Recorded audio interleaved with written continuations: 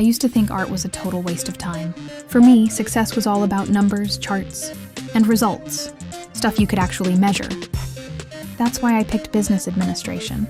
It was all about order, logic, and making money, not about painting flowers or molding clay. So when art appreciation got tossed in as a required class, I was not happy.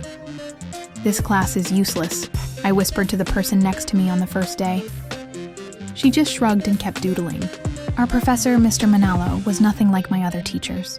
He rocked mismatched socks and talked like he was in a daydream. On the very first day, he said, "Art tells us more about who we are than we realize." I couldn't help but roll my eyes so hard it almost hurt. Every week, I silently judged everyone around me. The way they talked about expression and emotion got on my nerves. They acted like painting was some kind of world-changing thing.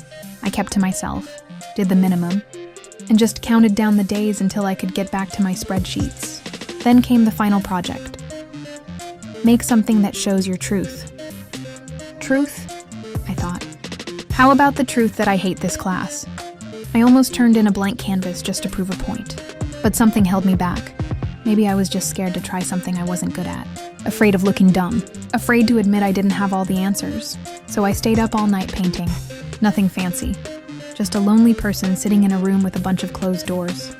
It was rough, a bit messy, but it was honest. When I showed it to Mr. Manalo, he didn't grin. He just nodded and said softly, "That right there is art." I wasn't expecting any applause or for my classmates to look at me differently, but they did. Turns out, they weren't just dreamers. They were brave enough to open doors I never even thought about. I left that class feeling different. Maybe not a full-on artist, but definitely not so closed off anymore.